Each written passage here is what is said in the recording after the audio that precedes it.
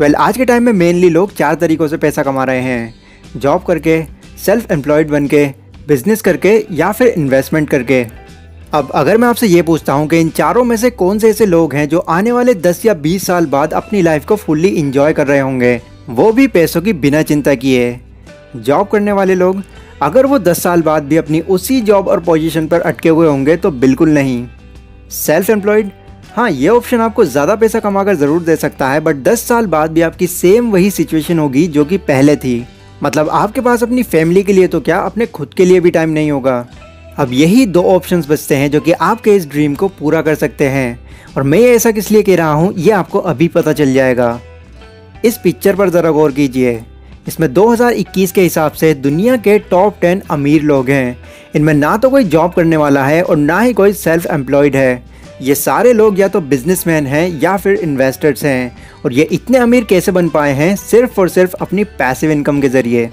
क्योंकि शुरू वाले जो 2 ऑप्शंस हैं वो एक्टिव इनकम पर बेस्ड हैं, यानी कि जब वो काम करते हैं तब भी उनको पैसा आता है, जैसे ही काम बंद पैसा भी बंद। और यही एक सबसे बड़ा रीज़न होता है उनके अमीर ना बन पाने का। अब देखिए, आप किसी भी अमीर या फिर सक्सेसफुल इंसान से जब भी ये पूछेंगे कि आखिर अमीर बना कैसे जाता है, तो उनका भी यही जवाब होगा, एक सही जगह पर अपना पैसा इन्वेस्ट कर दो। और ये बात टू द पॉइंट एकदम करेक्ट है। फिर चाहे वो अपने बिजनेस में इन्वेस्ट करने की बात हो या फिर ऑलरेडी चल रहे किसी और के बिजनेस में। अपने बिजनेस के लिए आपको थोड़ा ज़्यादा पैसा चाहिए होगा। अगर आपके पास कोई डिफरेंट आइडिया है तो किस तरह आप उस आइडिया को एक सक्सेसफुल बिजनेस में कन्वर्ट कर सकते हैं, उस पर मैंने ऑलरेडी एक डिटेल्ड वीडियो बनाई हुई है। इस वीडियो के ख़त्म होने के बाद आप उस वीडियो को ज़रूर चेकआउट करें। बट अगर आपके पास इतना पैसा नहीं है कि आप एक बड़ा बिजनेस क्रिएट कर सकें, तो आप किसी और के बिजनेस में इन्वेस्ट करके भी बहुत प्रॉफिट कमा सकते हैं, उस कंपनी के शेयर्स खरीद कर। लेकिन कुछ लोग इन्वेस्टिंग की इस फील्ड में एंटर करते ही लॉस कर बैठते हैं। रीज़न, बिना ज़्यादा रिसर्च किए वो उन्हीं कंपनीज़ में अपना सारा पैसा लगा देते हैं जो उनको अच्छी लगती हैं, और फिर वो वहाँ से हाई रिटर्न्स एक्सपेक्ट करते हैं। But most of the cases में क्या होता है, उनको प्रॉफिट होने की बजाय उल्टा और लॉस हो जाता है। अब देखिए, एक बात आपको हमेशा ध्यान में रखनी है, आप कभी भी स्टॉक मार्केट में पैसा इन्वेस्ट नहीं करते, बल्कि स्टॉक मार्केट के थ्रू एक कंपनी में इन्वेस्ट करते हैं। इसीलिए उस कंपनी का पूरा एनालिसिस करना आपको ज़रूर आना चाहिए, ताकि आपको उसकी परफॉर्मेंस देखकर ये अंदाज़ा लग जाए कि आने वाले टाइम में ये आपको प्रॉफिट दे भी पाएगी या नहीं। आज की वीडियो में मैं आपको बहुत ही सिंपल तरीके से ये बताने वाला हूँ कि किस तरह आप किसी कंपनी की परफॉर्मेंस देखकर उसकी फ्यूचर ग्रोथ का अंदाज़ा लगा सकते हैं। और इस वीडियो को बनाने के लिए मैंने बहुत ही अमेजिंग बुक्स की हेल्प ली है, जिनमें से एक बुक वॉरेन बफेट की फेवरेट बुक्स में से एक है। और मैं आपको याद दिला दूं कि वॉरेन बफेट वही इंसान हैं जो कि दुनिया के सबसे अमीर लोगों में नंबर 6 पर आते हैं। So let's begin. Number 1, high IQ level is not compulsory.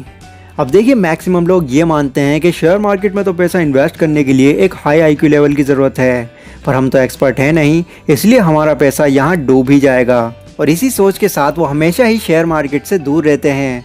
But reality में ऐसा कुछ भी नहीं है। ये लोगों के माइंड में बना हुआ एक मिथ है जिसको वो सच मान लेते हैं। एग्जाम्पल, जब 1720 में साउथ सी कंपनी का शेयर्स का ग्राफ काफ़ी ऊपर तक जा रहा था, तो आइजैक न्यूटन ने भी फ़ौरन उसमें पैसा अपना इन्वेस्ट करके उसके शेयर्स खरीद लिए। अब शेयर्स खरीदने के कुछ टाइम बाद ही उनको 7,000 पाउंड्स का प्रॉफिट हो गया, जिससे वो सच बहुत खुश हुए। एंड क्योंकि उसके शेयर्स के प्राइस स्टिल और भी ज़्यादा इंक्रीज़ हो रहे थे, तो न्यूटन ने भी लालच में आकर एक हाई प्राइस पर दोबारा से शेयर्स खरीद लिए। लेकिन इस बार उनको प्रॉफिट होने की बजाय 20,000 पाउंड्स का और नुकसान हो गया, जिससे उनको एक बड़ा झटका लगा। अब इसके बाद उन्होंने शेयर मार्केट की तरफ देखा तक नहीं, क्योंकि इतना बड़ा नुकसान हो जाने के बाद उनको शेयर मार्केट से नफरत हो चुकी थी। उन्होंने अपनी सफाई में ये कहा कि मैं सितारों को तो कैलकुलेट कर सकता हूँ, पर इमोशंस को नहीं।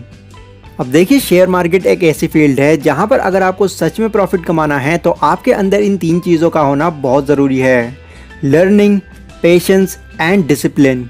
ये तीनों क्वालिटी अगर आपके अंदर मौजूद हैं तो बिल्कुल ना के बराबर चांसेस हैं कि आपका यहाँ पर लॉस होगा। न्यूटन के अंदर भले ही डिसिप्लिन और लर्निंग दोनों चीज़ें मौजूद थीं, पर उनके अंदर पेशेंस नहीं था, जिसका उनको भारी नुकसान उठाना पड़ गया। क्योंकि अगर उनके अंदर पेशेंस होता तो वो पहले वाले शेयर्स को इतना जल्दी सेल ही नहीं करते। सेल वो तब करते जब उनको ये लगता कि अब ये कंपनी थोड़ी बहुत डाउन होना शुरू हो गई है, जिससे आप खुद ही अंदाज़ा लगा सकते हैं कि उनको कितना ज़्यादा प्रॉफिट होता। Number 2, investor versus speculator. Share market में इन्वेस्टमेंट दो तरह के लोग करते हैं।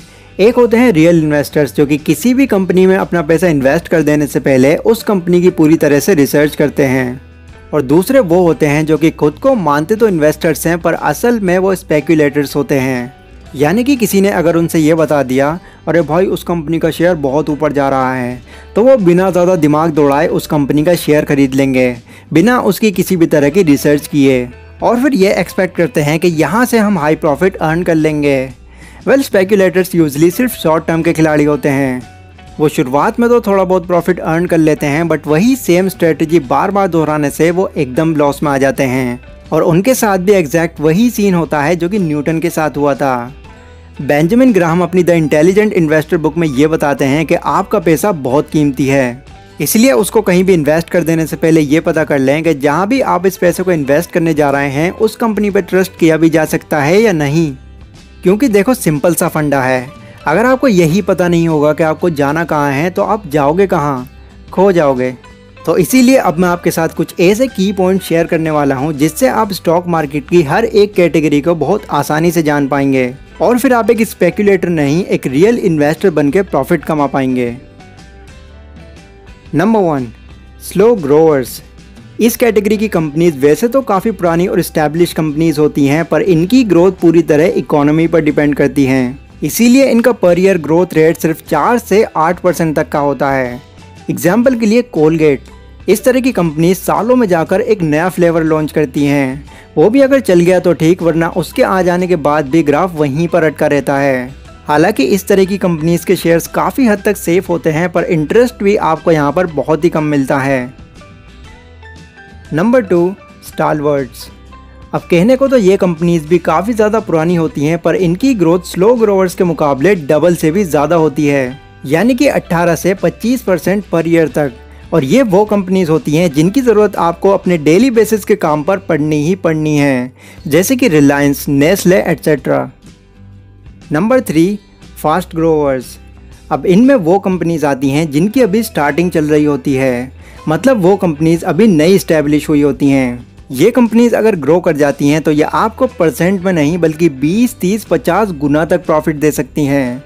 एग्जाम्पल के लिए टाइटन कंपनी, जब इस कंपनी की शुरुआत हुई थी तो इसका स्टार्टिंग शेयर प्राइस 3 रुपये का था, बट आज जून 2021 में इसी शेयर प्राइस की कीमत 1742 रुपये या उसके आसपास है। मतलब इसी से आप अंदाज़ा लगा सकते हैं कि अगर आपने उस वक्त इसमें 10,000 रुपये भी इन्वेस्ट करे होते तो आपके पास आज कितने ज़्यादा पैसे होते।